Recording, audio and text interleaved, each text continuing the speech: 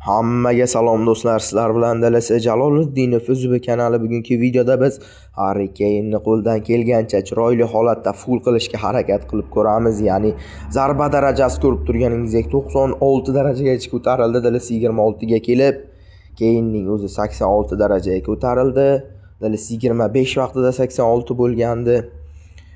Eng zo'r hujumchilardan biri, zarbasi eng aniq 96 darajali hujumchiga aylandi va biz undan 5 ta 100 chiqarishga harakat qilamiz. Zarbasini albatta 100 qilib olishimiz kerak. Birinchi texnika kuchaytirish bittaligidan 3 ta 4 ta bosib ko'ramiz.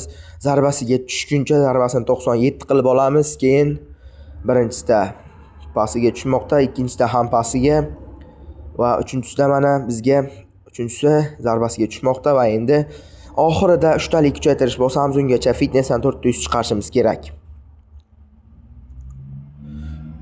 Hop, Harry Kane Dalasa 26 ga kelib, tezliklari juda past, lekin SS pozitsiyasida, ya'ni hujum ortida o'ynatsa juda ideal o'ynaydigan hujumchi. Tezliklari past, baribir 100 qilgani bilan o'yinda pastligi bilinadi, chunki Mbappening ham tezligi 100, Kane'ning ham 100 bo'lgani bilan fitnessga kuchaytirilsa baribir tezlikda bilinib qoladi, Mbappe tezroq bo'ladi. Xo'p, Harry Kane ko'rib turganingizdek bizda tezlik darajalari 80 dan oshdi va str darajasi 93 holatiga ham yetdi. Jigarlar, sizlarga bir ma'lumotni aytib o'taman albatta. Men 10-yanvar sanasigacha 1000 ta obunachiga erishishim kerak. Hozirda 900 tadan oshiqroq obunachim bor. Shu sababli jigarlar, videoga albatta like bosib, obuna tugmachasini bosib qo'ysangiz juda ham yaxshi ish bo'lardi.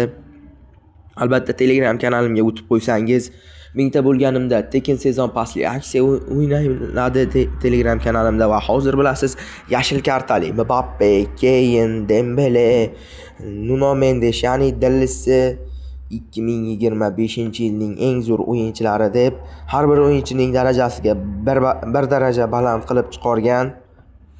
Va shunday yashil kartali o'yinchilarni olishingiz uchun sizda agentlar, olmoslar ko'proq bo'lishi kerak. Shu sababli tanga olmos yig'ish xizmati ham bor albatta menda.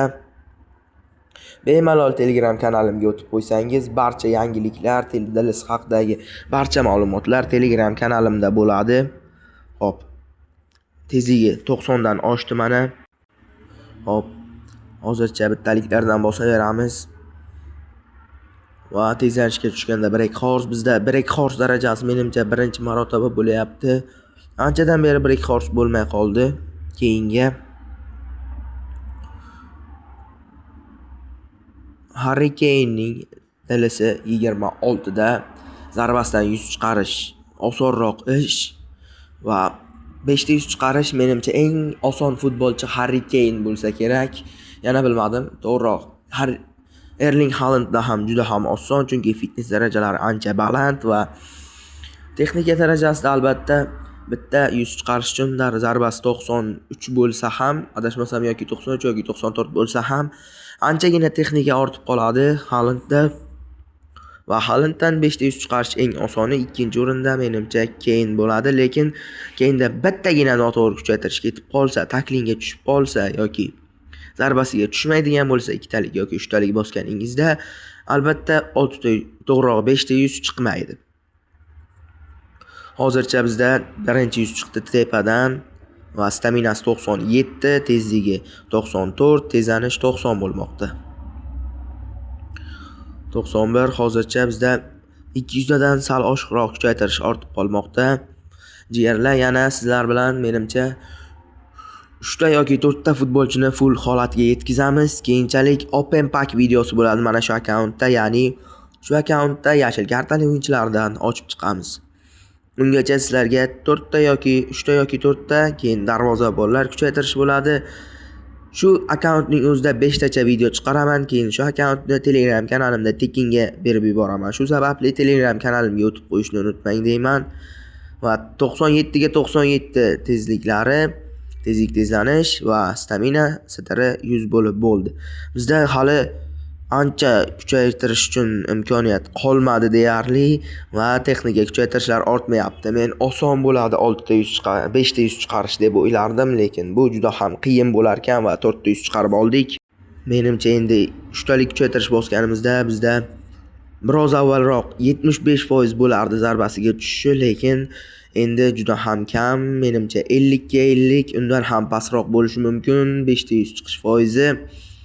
Xo'p, 3 talik kuchaytirishni qurbon qilib yuboramiz. Albatta bizga juda ham qiyin, 2 talik bosmaymiz va 3 talik qani nima bo'lar ekan keyin va bizda zarbasiga tushdi. Eng muhimi va zarba 100 holatga yetdi. Mana juda omadli kuchaytirish bo'ldi menimcha. Keyinning zarbasiga 3 ta kuchaytirish qo'shildi. Bu yerda 4 ta deb yozyapti. 3 ta kuchaytirish pasiga esa bittagina qo'shildi.